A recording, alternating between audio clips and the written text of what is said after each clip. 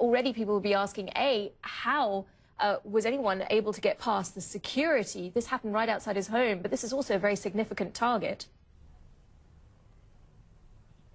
Well, certainly, and also feeds into really growing palpable sectarian violence we're seeing on almost weekly basis here inside Lebanon. Now, Haj Hassan al-Laqees, it's not precisely clear what his job with inside Hezbollah was. One source suggesting me perhaps he was working on their role inside Palestine, but clear he was a senior enough figure. They released a statement saying he'd worked in the resistance, that's Hezbollah's name for itself, all of his life, that his son was martyred in the 2006 war against Israel. They blame Israel for this assassination, saying they tried on multiple occasions.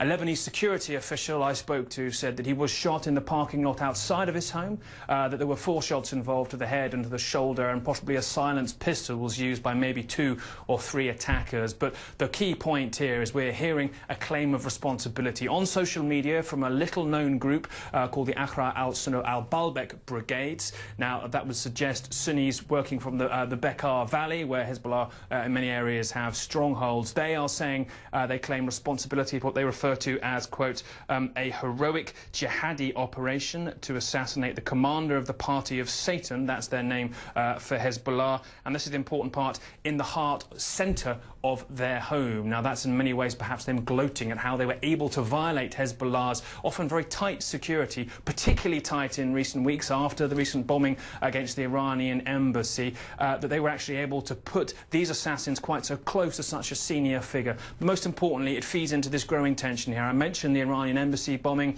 This all feeds into the war next door in Syria. Iran, a key backer of the Syrian regime, Damascus, also a key backer of Hezbollah. Hezbollah now openly fighting on the side of the Syrian regime, and this is yet another example, it seems at this point, and we have no way of proving if this claim on responsibility on Twitter is actually the case or not, but it does seem to be Sunnis fighting back against Hezbollah inside Lebanon here, or Shia backers of the Syrian regime in Damascus, once again feeding into the sectarian violence in this region, predominantly between Sunni and Shia.